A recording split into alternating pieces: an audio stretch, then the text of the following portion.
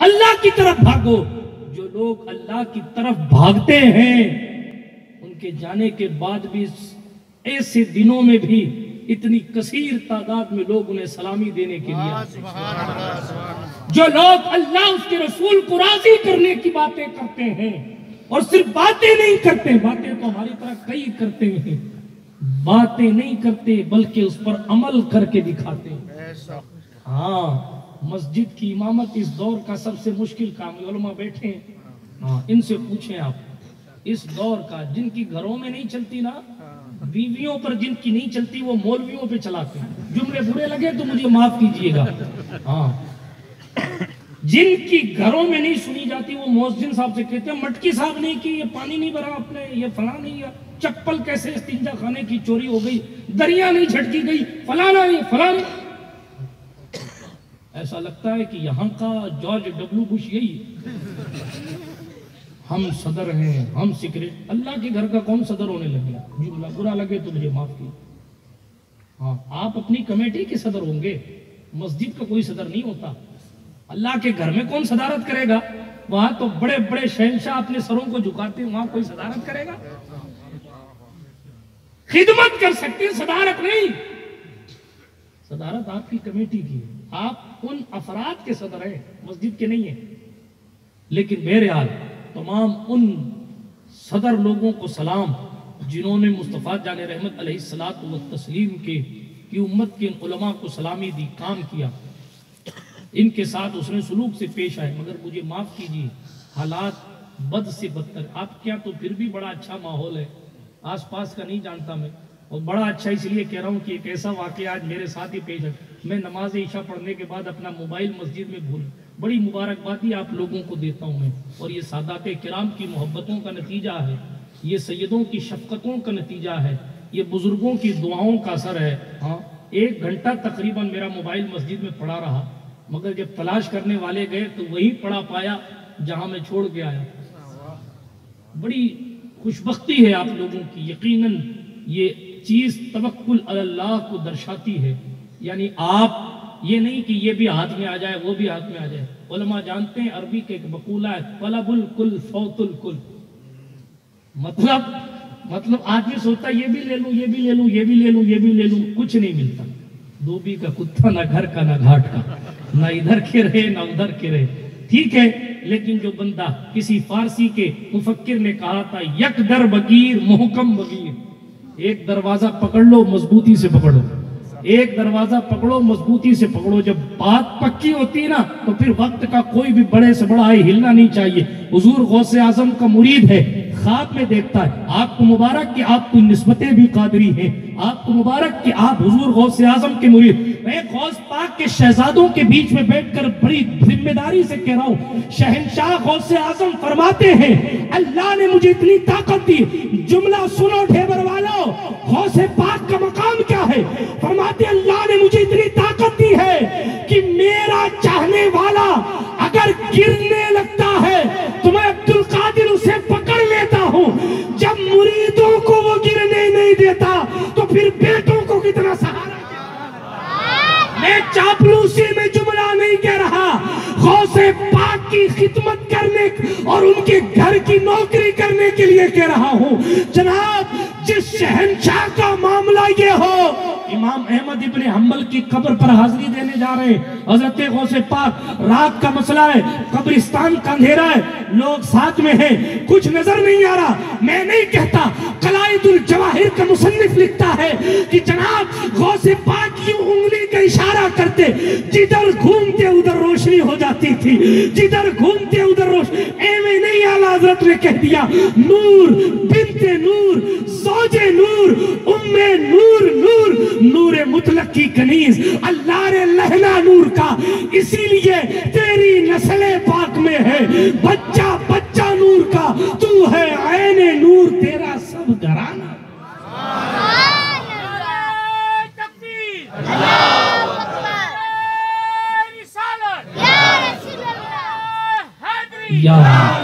برادران ملت اسلام، یہ غوث پاک ہیں۔ اب ذرا سوچیں کہ اپنے ساتھیوں کے لیے قبرستان جانے کے لیے وہ اتنی روشنی کر دیتے ہیں، تو اپنے بیٹوں کے لیے قبروں میں کتنی روشنی کر دیتے ہیں۔ باتیں اتنی کی جائیں جتنی عقل شریف میں آ جائیں، ورنہ غوث پاک تو فرماتے ہیں اللہ نے مجھے اتنا علم دیا، میں تمہارا ظاہر بھی بیان کر دوں، تمہارا باطن بھی بیان کر دوں، اگر شریعت کی زنجیر میرے پیروں میں نہ ہو، اور کیونکہ حضور نے زمانہ پہلے کہہ دیا تھا کہ کسی مومن کی رسوائی اگر کسی چیز سے ہو، کسی مومن کی بے عزتی کسی چیز سے ہو، رسوائی ہو، اور بندہ اس چیز کو چھپا لے تو اللہ قیامت میں اس کے عیب کو چھپائے۔ ایک پیاری حدیث شریف ہے نا، اس حدیث شریف کا بھی ایک اچھا خاصا بیک گراؤنڈ ہے، کسی دن میں صحابہ کی محنتوں پر گفتگو کروں گا تو بیان کروں گا، اور آپ کو بتاؤں گا کہ کس طریقے سے احادیث کا ذخیرہ صحابہ نے محنتوں کے ساتھ جمع بھی کیا اور آگے ٹرانسفر بھی کیا۔ یہ اصحاب رسالت کا صدقہ ہے کہ حضور کیسے ہنستے تھے، کیسے چلتے تھے، کیسے سوتے تھے، کیسے کھاتے تھے، کیسے دکھتے تھے، یہ سارا کچھ ہمیں صحابہ کرام نے بتایا ہے، حضور صلی اللہ علیہ وسلم کے ساتھیوں نے بتایا۔ تو بات چلے دور نہیں لے جاتا، گفتگو کو آگے لے جا کر ختم کرتا ہوں۔ بات یہ عرض کر رہا تھا، چاہے جہاں بندہ بھاگ جائے، اور میں بھاگ نہیں سکتے، بھاگنا ہے، میں عرض کرتا ہوں گناہوں سے بھاگو، اللہ رب العزت کی طرف بھاگو۔ جب اللہ کی طرف بھاگو گے تو جناب عزتیں خود بخود اللہ رب العزت عطا فرما۔ آج بھی اللہ کا ارشاد، تبارک الذی بیدہ الملک، برکت والی ہے وہ ذات جس کی قبضہ قدرت میں ملک ہے۔ ہاں، برکت والی ہے وہ ذات، سیٹ پر کوئی بھی بیٹھے مگر مالک اللہ ہے۔ یہ ہمارا ایمان، اس کو پیدا تو کرو۔ خدا کا خوف پیدا ہو جائے تو بہت سارا ڈر یوں ہی نکل جاتا، مگر پیدا تو ہو۔ حالت تو ہماری ہے کہ اگر سید صاحب سے وظیفہ لے لیا کہ بھئی کون سا وظیفہ پڑھنے سے کتا کاٹتا نہیں ہے، تو وظیفہ بھی پڑھتے رہتے ہیں، پلٹ کے دیکھتے بھی رہتے ہیں کتا آ تو نہیں رہا ہے۔ یہ تو ہمارا لیول ہے۔ جب یہ کیفیت ہوگی تو جناب کیا تعویذ اثر کرے گا، کیا وظیفے اثر کریں گے؟ آپ کو تو معاملہ یہ ہونا چاہیے۔ غوث پاک کے مرید کا قصہ سنا رہا تھا، خواب میں دیکھا اس نے سید الطائفہ جنید بغدادی کو، اور جنید بغدادی جیسی ذات، ہاں جنید بغدادی جیسی ذات لوگوں کی چٹھی لے رہی تھی، اور ایک پردہ تھا، اس پردے کے پیچھے جنید بغدادی اور چٹھیاں رکھ رہے تھے، عرضیاں لے رہے تھے، پردے کے پیچھے رکھ رہے۔ اس کو بھی کہا لا بھائی تیری عرضی بھی لیا۔ ہاں، جنید بغدادی کا مقام میری زندگی ان کے قدموں پر نچھاور، مگر واقعہ کچھ یوں، اس نے کہا حضور یہ عرضی تو میں اپنے پیر کو ہی دوں گا۔ پکا ہونا اس کو کہتے ہیں سید صاحب، پکا ہونا اس کو۔ جنید بغدادی جیسی ذات، سید الطائفہ ان کا لقب، ہاں نظر ڈال دیں تو جناب ایسے ایسے لوگ ولی بن جائیں، تصور میں نہ آئے کہ یہ بھی ولی ہو سکتے۔ جنید بغدادی وہ ذات، میں جنید کو سنانے جاؤں گا تو بات لمبی ہو جائے گی، آگے بڑھتا ہوں اور بات کو ختم کرنے لگا ہوں تیزی کے ساتھ۔ سنیں، عرض یہ کر رہا تھا، سرکار جنید بغدادی ہیں۔ اب کہا یہ لاؤ میں عرضی تمہاری لگا دوں، تمہاری بھی، کہنے حضور گستاخی معاف فرمائے، میں اپنی عرضی تو اپنے پیر کو دوں گا۔ کمال ہوا۔ جنید صاحب، سرکار جنید پاک نے فرمایا کوئی بات نہیں۔ صبح ہوئی، جناب فجر کے لیے اٹھے اور فجر کی نماز پڑھنے کے لیے بغداد شریف کی مسجد میں پہنچے۔ کیا ان کی قسمت تھی کہ اس دور میں مصلی امامت پر ولیوں کا امام جلوہ گر تھا، شہنشاہ بغداد حضور غوث اعظم جلوہ فرمائے۔ نماز فجر ہوئی نا، میں شارٹ پہ سنا دوں، نماز فجر ہوئی، نماز فجر ہونے کے بعد پلٹے غوث پاک سرکار، اور غوث پاک سرکار نے پلٹ کے کہا لا، رات جو عرضی تو نے جنید کو نہیں دی تھی اپنے پیر کو تو دے دے، اپنے پیر کو دے دے، سید الطائفہ کو نہیں دی تو چل میں ہی پہنچا دیتا ہوں۔ جناب یہ لیکن میں بتانا تو مرید کو چاہ رہا ہوں، میں غوث پاک کے مقام کو نہیں بتا رہا۔ اللہ نے تو نے بڑی بلندیاں دی ہیں، مگر مرید کی پختگی تو دیکھو کہ جناب سمندر کا پانی خشک کیوں نہ ہو جائے، ہم تو جنت مرشد کے قدموں سے لیں گے۔ محبوب الہی کا دور ہے، امیر خسرو پرانی دلی گئے ہیں اور آنے میں تاخیر ہو گئی۔ سرکار سید محمد احمد نظام الدین محبوب الہی نے کہا خسرو کہاں رہ گیا تھا؟ کہا حضور ایک جنازہ جا رہا تھا، پوری دلی دکانیں بند کر کے ان کے جنازے میں شریک تھی۔ کہا اتنی بھیڑ کیوں؟ کہا اس لیے کہ انہوں نے فرمایا تھا جو میرے جنازے میں شریک ہوگا اللہ اس کو جنت عطا فرما دے گا۔ تو محبوب الہی فرمانے لگے اچھا تو بھی جنت تلاش کر رہا تھا؟ کہا نہیں حضرات میں تو کمرے میں چھپ گیا تھا۔ حسنے کی بات نہیں نا، دیکھیں نا آج 500 روپے بانٹنے لگ جائیں تو لوگ ووٹ بدل دیتے ہیں۔ حسنے کی بات نہیں نا، آج تو ایک چائے میں لوگ اپنا قائد بدل دیتے۔ آج تو جناب ایک دودھ کا کپ پی کر امام کی غیبتیں شروع ہو جاتی، پیر صاحب کی برائیاں سن لیتے چھوٹے موٹے عہدے کے نام پر۔ مگر جناب عقیدت کہتے کسے ہیں؟ خسرو نے کہا حضور اعلان سر آنکھ پر، مگر میں کمرے میں چھپ گیا تھا۔ کہا وہ کیوں؟ کہا اگر میں بھی چلا جاتا تو میں عشق کے میدان کا مجرم ہو جاتا۔ لوگ کہتے خسرو کو اپنے پیر پہ بھروسہ نہیں ہے، دوسروں سے جنت لینے چلا گیا۔ ہم تو صنم تیری چوکھٹ کے غلام ہیں، تو جدھر لے جائے گا خسرو ادھر جائے گا۔ نعرہ تکبیر، نعرہ رسالت، اولیاء کرام کا دامن۔ جناب ان اللہ والوں کی ذاتیں بے مثال ہوتی۔ تو عرض یہ کر رہا تھا بھاگنا ہے دنیا داری سے بھاگو، دنیا داری سے۔ آپ نے بھاگتے ہوئے دیکھا سید عبد الرسول میاں رحمت اللہ علیہ کو، بے شک بہت خوب، سبحان اللہ۔ ہزاروں کی انجمن ہے مگر بندے کو فکر ہے تو دین مصطفیٰ کو فروغ دینے، سبحان اللہ، سبحان اللہ، بہت خوب، واہ۔ ہاتھ چومنے والے اور دعائیں لینے والوں کی کوئی کمی نہیں۔ وہ چاہتے تو اوروں کی طرح ٹھاٹ باٹ سے رہ کر یوں ہی وقت گزار دیتے، مگر جناب بات یہاں سے گھومی تھی کہ دور حاضر میں امامت کرنا مشکل ترین عمل ہے، اور سالوں تک ایک ہی مسجد میں ٹکا رہنا یہ بھی کسی کرامت سے کم نہیں ہوتا۔ یوں تو 1000 کرامتوں پر استقامت بھاری ہے۔ یہ حدیث شریف علماء بیٹھے الاستقامت فوق الکرامہ، استقامت کرامت کے اوپر کیوں ہے؟ اس لیے کہ جناب کرامت تو ایک بار دکھائی جاتی ہے، مگر کسی چیز پر جمے رہنا یہ بہت بڑا معاملہ ہوتا ہے۔ غریب نواز نے کرامت دکھائی اور پورے انا ساگر کو ایک پیالے میں لے آئے، مگر اس سے اوپر امام حسین کی استقامت تھی کہ جناب پوتا پڑ پوتا لکڑ پوتا صدیوں بعد ایک پیالے میں انا ساگر کو لا سکتا ہے، تو پھر رشتے میں تو دادا مولا اصغر لگتے ہیں غریب نواز کے، رشتے کے تو علی اصغر کے سچے بھائی کی تو اولاد ہے غریب نواز، رشتے کے حساب سے، رشتے کے حساب سے، نسب کے اعتبار سے تو وہی حضرت مولا علی اصغر حضور غریب نواز کے دادا ہیں۔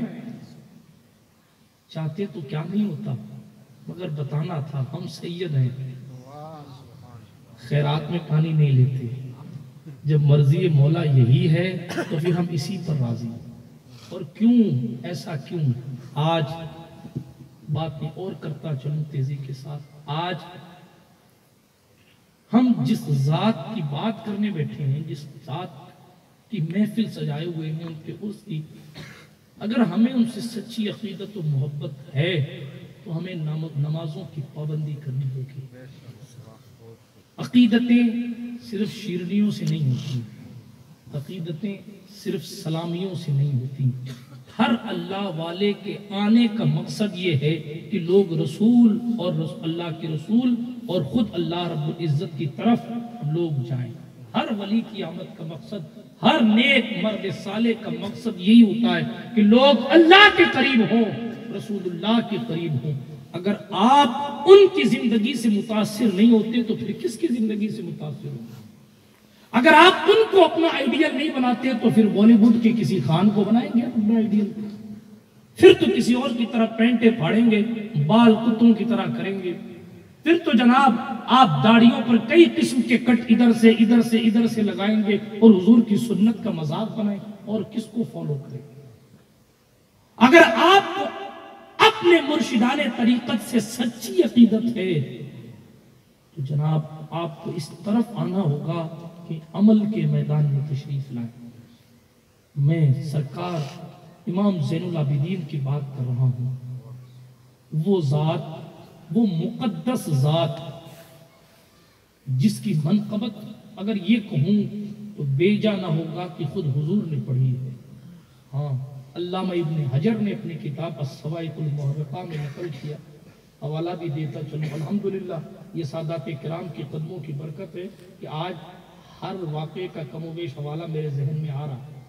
ہاں، روزانہ ایسا نہیں ہوتا ہے، واقعہ تو یاد رہتا ہے مگر سینکڑوں کتابیں کون سا کہاں پڑھا، لیکن یہ سیدوں کے قدموں کی برکت، بلکہ یوں کہہ لیجئے جس کی محفل ہے اس کی نظر توجہ ہے تو بات چل رہی ہے۔ آپ بور تو نہیں ہو رہے نا؟ میری بات سمجھ میں تو آ رہی نا؟ میں تیزی کے ساتھ گفتگو ختم کر دوں گا، تھوڑی دیر اور جھیل لیجئے مجھے، تھوڑی دیر بات کو ختم کرنے لگا ہوں۔ تو عرض یہ کر رہا تھا، درود شریف پڑھیں ایک بار، اللہم صلی سیدنا و مولانا محمد وعلی آل سیدنا و مولانا محمد صلاۃ تبقى وتدوم بدوام الملک الحی القیوم۔ عرض یہ کر رہا تھا کہ اگر آپ کو واقعی عقیدت ہے اپنے مرشدان طریقے تو آپ کو دیکھنا ہے کہ ہمارے بڑوں کا طرز زندگی کیا ہے۔ حضور علیہ الصلوۃ والتسلیم تشریف فرمائے، علامہ ابن حجر نے لکھا ہے، کتاب کا نام الصواعق المحرقہ، اہل سنت کی معتبر شخصیت بھی ہے، معتبر کتاب بھی ہے، ٹھیک ہے۔ حضرت جابر سے حضور علیہ الصلوۃ والتسلیم نے فرمایا، سچویشن کچھ ایسی تھی کہ ننھی سی عمر ہے مولا حسین کی، وہ حضور علیہ السلام کی محفل پاک میں تشریف لے آئے۔ جب حضرت مولا حسین تشریف لائے، حضور نے اپنی گود میں بٹھایا، فرمانے لگے جابر یہ حسین ہے۔ تو کہا ہاں یا رسول اللہ، جانتا ہوں وہ حسین۔ پھر حضور علیہ السلام کا دریائے رحمت جوش ہوئی، فرمانے لگے سنو جابر، اس حسین کا ایک بیٹا ہوگا۔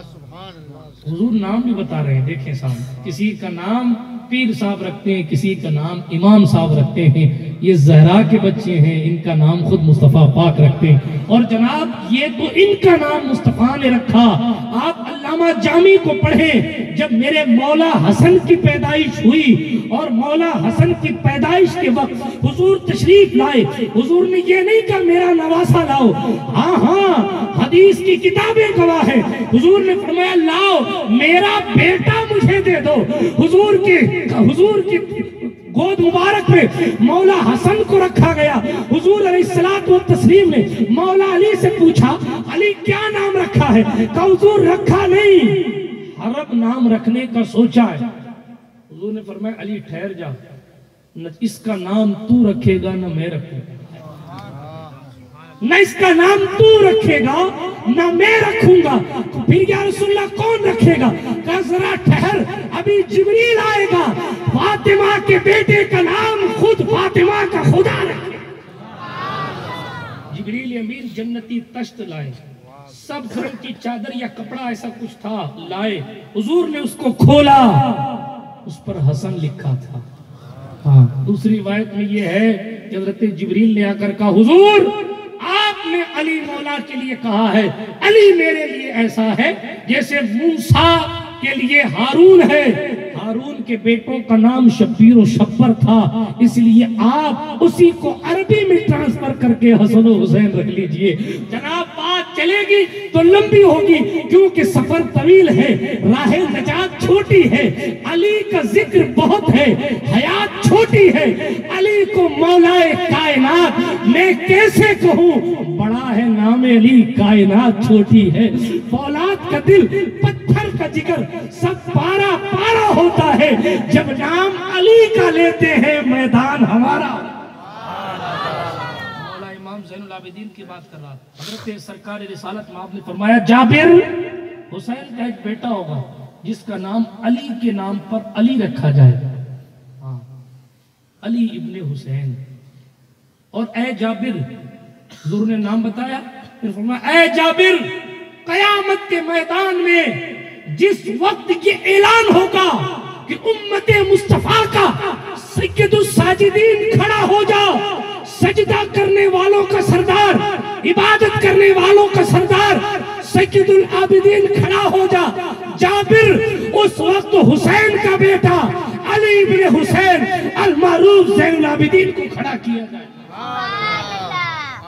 یہ حضرت امام زین العابدین جس نے کربلا کی قیامت اپنی نگاہوں سے دیکھی، جس نے اپنے پدر اقدس کی بدن اقدس پر گھوڑے دوڑتے ہوئے دیکھے، جس نے حضرت مولا علی اصغر کی شہادت کا منظر دیکھا ہے، جس نے بی بی پاک کی چادریں چھننے کا منظر دیکھا ہے، جس نے بھائی قاسم کی تڑپتی ہوئی لاش کو دیکھا ہے، جس نے اپنے بابا کے جسم کو کچلا ہوا دیکھا ہے، میں کیا کیا بیان کروں، کیا کیا دیکھا ہے، لیکن جس نے قیامت اپنی نگاہوں سے دیکھی ہے، جو زندگی میں کبھی مسکرایا تو نہیں، جو پانی کو دیکھ کر سکینہ کی یاد میں رویا ضرور، لیکن اس نے کبھی تہجد کا سجدہ بھی نہیں چھوڑا۔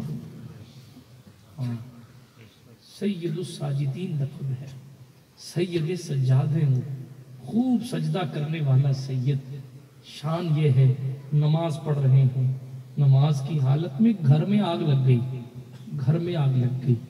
علماء مسئلہ بیان کریں گے، 1 روپے کا بھی اگر آپ کا نقصان ہو جائے تو شریعت اجازت دیتی نماز توڑ لیجئے، 1 روپے کا فائدہ کر لیجئے، نماز نیت دوبارہ باندھ لیجئے۔ ہاں کیوں؟ اس لیے کہ جناب مال بچانا بھی ضروری ہے، جان بچانا بھی ضروری ہے، ٹھیک ہے؟ نماز کو مؤخر کیا جا رہا ہے، قضا نہیں کیا جا رہا ہے، ٹھیک ہے؟ اب توجہ رکھیں، گھر میں آگ لگ گئی مگر امام زین العابدین نے توجہ نہیں کی، نماز میں ڈوبے ہوئے، پڑوسیوں نے آ کے گھر کی آگ بجھائی، کس کے؟ امام زین العابدین کے گھر کے۔ کون امام زین العابدین؟ جو امام حسین کی آنکھوں کا تارا ہے۔ یہ وہی زین العابدین ہیں کربلا کے ریگزار میں جانے سے پہلے جسے امام حسین بار بار اپنے سینے سے چمٹاتے تھے۔ یہ وہی امام زین العابدین ہیں جن کی ذمہ داری زینب پاک کو اسپیشل طور پر مولا حسین دے کر گئے تھے۔ یہ وہی زین العابدین ہیں جو قیامت کی صبح تک آنے والی حسین ابن علی کی نسل کا اصل اصیل ہے۔ امام زین العابدین، گھر میں آگ لگ گئی، اللہ اکبر، نماز مکمل ہوئی، لوگوں نے کہا حضور آپ کے گھر میں آگ لگ گئی تھی، آپ نے نماز نہیں توڑی؟ سرکاری امام زین العابدین نے فرمایا جہنم کی آگ کی تپش کا دل میں خیال تھا، اس لیے اس آگ نے میری نماز کو باطل نہیں کیا، فاسد نہیں کیا۔ آپ اور ہم سوچیں کہ ہم اور آپ کہاں کھڑے ہیں، ہمارے لیے کتنی آسائشیں ہیں، اس کے باوجود بھی خدا کا شکر ادا کرنے کا وقت نہیں ہمارے پاس۔ نزہۃ المجالس کے مصنف نے لکھا میں ان سب سے اوپر جا رہا ہوں، اب میں حضور علیہ الصلوۃ والتسلیم کے قلب و جگر کی بات کرنے لگا، سیدہ زہرا سلام اللہ علیہا کثیراً کثیرہ کی بات کر رہا ہوں۔ یہ وہ ذات جس کے لیے حضور خود کھڑے ہو جائیں، یہ وہ ذات حدیث مشکاۃ شریف میں موجود ہے، حوالہ یہ بھی نوٹ کر لیجئے، کتاب باب فضیلت فاطمہ میں یہ حدیث موجود ہے کہ جناب جب سیدہ آتی تب حضور علیہ السلام اپنی جگہ سے کھڑے ہو جاتے، وَأَجْلَسَ فِي مَجْلِسِهِ، اور حضور صرف کھڑے نہیں ہوتے، فرمایا حدیث شریف میں فَقَبَّلَ يَدَهَا، حضور نے فاطمہ زہرا کا ہاتھ چوما، حضور نے فاطمہ زہرا کا ہاتھ چوما، وَأَجْلَسَ فِي مَجْلِسِهِ، حضور نے اپنی مسند پر سیدہ کو بٹھایا۔ یہ حدیث شریف ہے جس کا مقام اتنا بلند و بالا ہے، آج تک کوئی سمجھ نہیں پایا کہ فاطمہ الزہرا کے مقام کی حقیقت، چھوڑے نہ سیدہ کی بات، آج تک لوگ غوث اعظم کے مقام کی انتہا تک نہیں گئے، اور غوث اعظم کا چیلنج انا حجت اللہ علیکم، میں تم پر اللہ کی دلیل ہوں، اتنی طاقت لے کر اللہ کا بندہ آیا کہ دنیا یہ سوچنے پر مجبور ہو گئی کہ جب 500 سال بعد کے بچوں کی دعاؤں سے 12 سال کی کشتیاں ڈوبی نکل جاتی ہیں تو پھر اصغر کی دعا سے فرات کی پوری نسل نہیں آ جاتی، لیکن بتانا یہ ہے کہ استقامت پر عمل تھا، کرامت دکھانے میں۔ زہرا پاک کا مقام کیا ہوگا؟ بات بہت اونچی ہے سیدہ، مقام سمجھ میں نہیں آتا، حقیقت زہرا کسی کے سمجھ میں نہیں آئی۔ ہاں زہرا تو بہرحال زہرا ہے، پھر کبھی انشاءاللہ حضرت زہرا پاک کی منقبت پڑھوں گا. ابھی میں ایک قصہ بیان، صرف ایک قصہ، آسائش پر مجھے بات یاد آئی. کیا ہماری جان سیدہ کی جان سے زیادہ قیمتی ہے؟ جن کے بچے اگر روتے ہیں، علماء بیٹے اہل سنت کی ذمہ داری سے پوچھیں. ایک سفر میں حضرات حسنین کریمین رونے لگے. جب رونے لگے تو حضور نے اپنے خیمے سے حضور نکل پڑے باہر اور سیدہ کے خیمے میں گئے. بیٹی کیوں روتے بچے؟ کہا بابا جان پانی نہیں ملا. آپ کو معلوم ہے حضور نے پہلے مولا حسن کو لیا، اپنی زبان حضور نے چسائی. وہ زبان جس کو سب کن کی کنجی کہیں، اس کی نافذ حکومت پہ لاکھوں سلام. ایک قطرہ کسی کو مل جائے، ارے کنویں کو ایک قطرہ مل جائے تو آج تک کنواں پانی میٹھا دیتا ہے. جس کو پوری زبان ملی ہو اس کی باتیں کتنی میٹھی ہوں گی. بات کو اختتام کی طرف لے کر جا رہا تھا. مجھے آج بولنے میں لطف آ رہا ہے، اس لیے بات تھوڑی لمبی جا رہی. بات کو میں ختم کرنے لگا ہوں. مجھے معلوم ہے میں اتنا ڈوز نہیں دینا چاہتا کہ ری ایکشن ہو جائے، اسی لیے میں بات کو تیزی کے ساتھ ختم کروں گا. عرض یہ کر رہا تھا، سرکار زہرا سے حضور اتنی محبت فرماتے تھے، ان کے بیٹے اگر رونے لگ جائے تو حضور اپنا خیمہ چھوڑ کے ان کے خیمے میں آ جاتے. ہاں، سرکار زہرا سے حضور اتنی محبت فرماتے تھے. حضور سفر، یہ حدیث شریف ہے، حضور سفر میں جاتے تو سب سے آخر میں حضرت زہرا سے ملتے جاتے، اور سفر سے آتے تو سب سے پہلے حضور سیدہ زہرا کے گھر میں جاتے. اتنی محبت ہے. ہماری جانے کیا، ہماری نسلوں کی جانے بھی زہرا پاک کی ایک سانس پر قربان. اتنی قیمتی جان. ہاں، مگر ایک بھی اپنے بابا کے پاس نہیں. توجہ ہے میری اسلامی رشتے کی مائیں بہنیں بھی ذرا توجہ سے سنیں.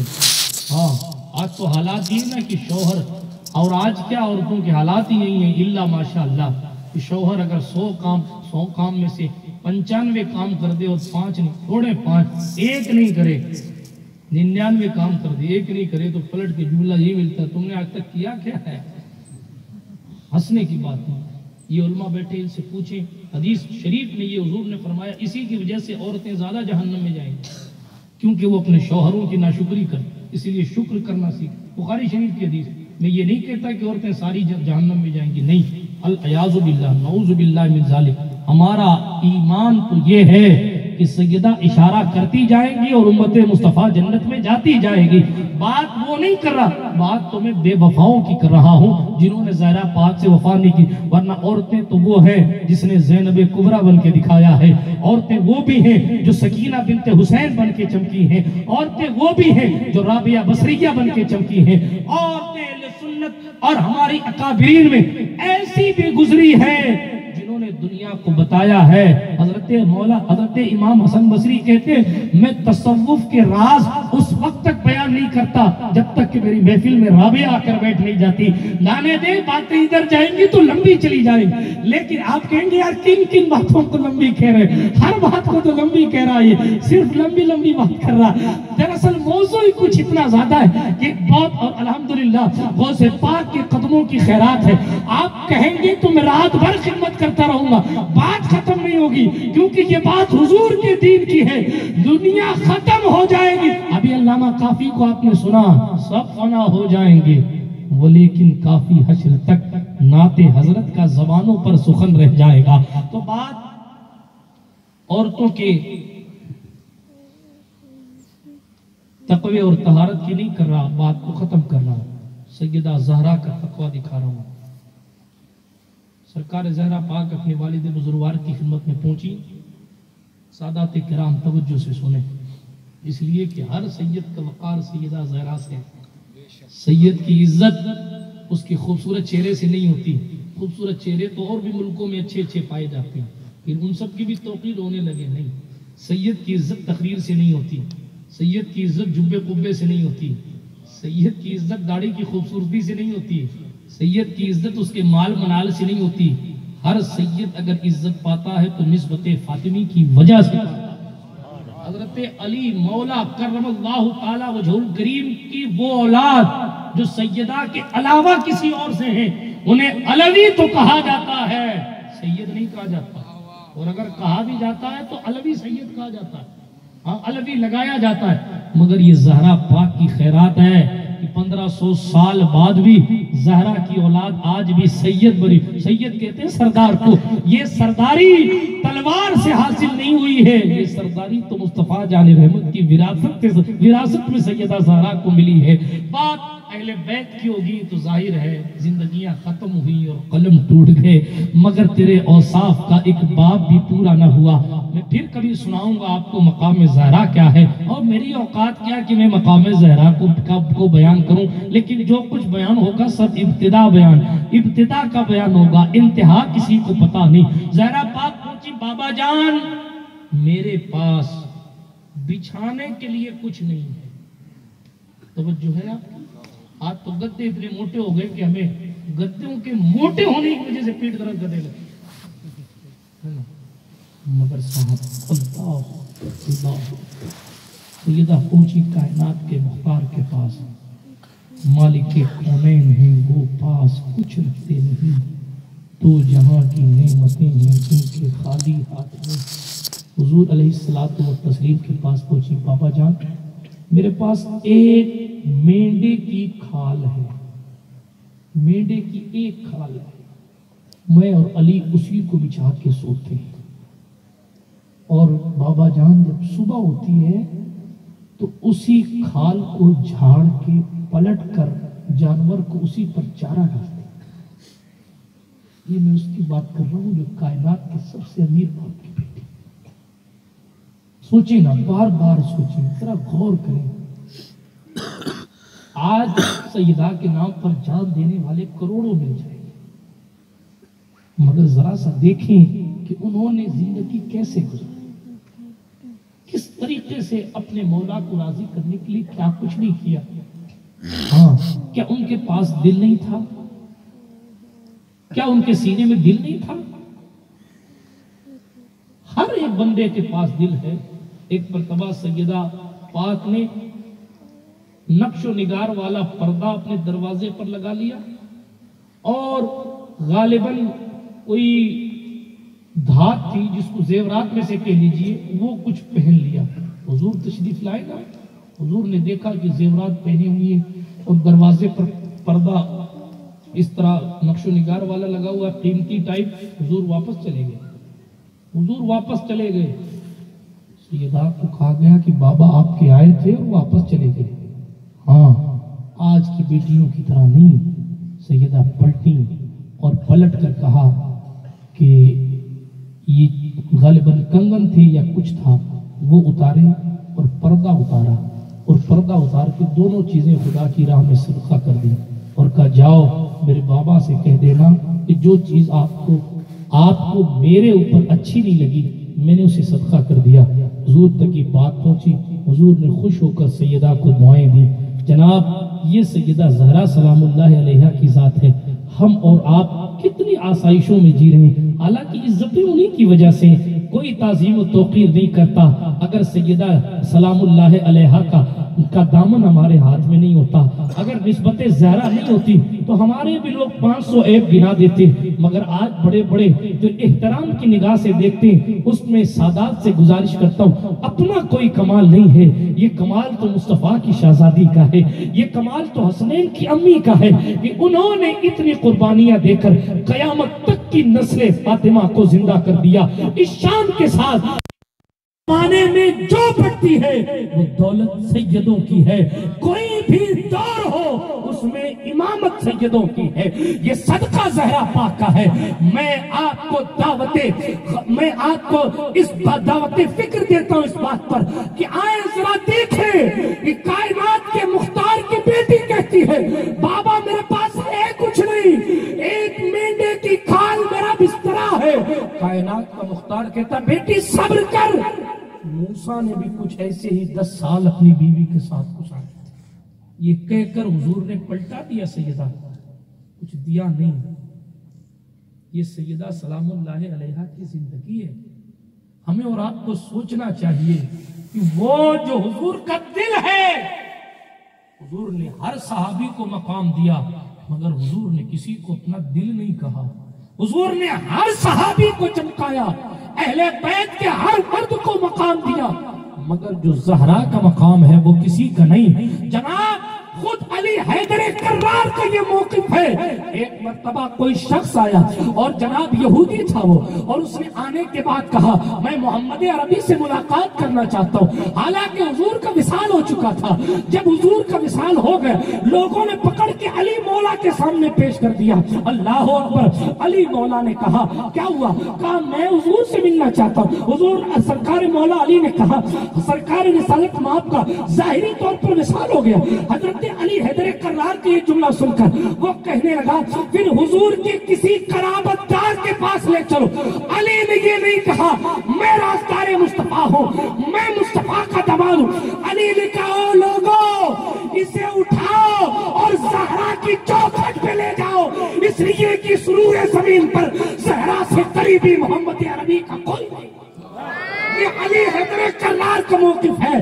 صدیق کی نظر میں زہرا کا مقام کیا تھا, ابن خطاب کی نظر میں زہرا کا مقام کیا تھا, حضرت عثمان ابن عفان کی نظر میں زہرا پاک کا مقام کیا تھا, وہ جانے دیجئے.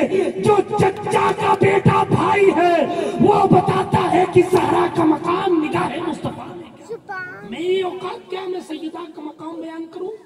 مگر جناب یہ بتایا کہ بچیاں اپنے معاشرے کی یوں کرو, یوں ہوتی. واقعہ چھوٹ گیا تھا شروع میں, زہرا پاک کے نام سے یاد آیا.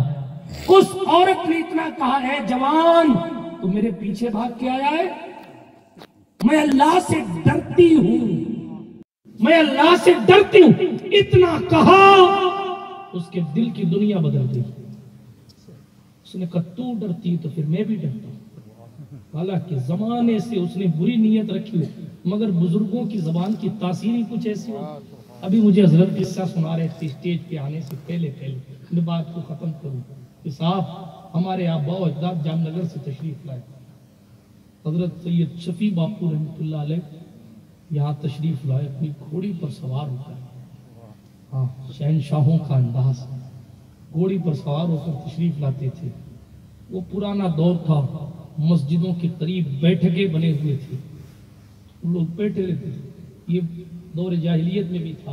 ہاں, علماء سے پوچھیں, سیرت کی کتابوں میں لکھا ہے اعلان نبوت سے پہلے بھی یہ معاملات تھے کہ حرم کے آس پاس ابو جہل کی کمپنی بیٹھی رہتی. حضرت سید الشہداء امیر حمزہ کا قصہ لانے کا واقعہ بھی, ایمان لانے کا قصہ بھی وہی کا ہے. ہاں, جب حضرت امیر حمزہ شکار سے پلٹے اور کسی نے کہا بڑا بہادر بن کے بیٹھتا ہے, تیرے بھتیجے کو ابو جہل نے مارا ہے. حضرت امیر حمزہ کے گھر بعد میں جاؤں گا, پہلے ابو جہل کے پاس گئے اور ایک ٹھوک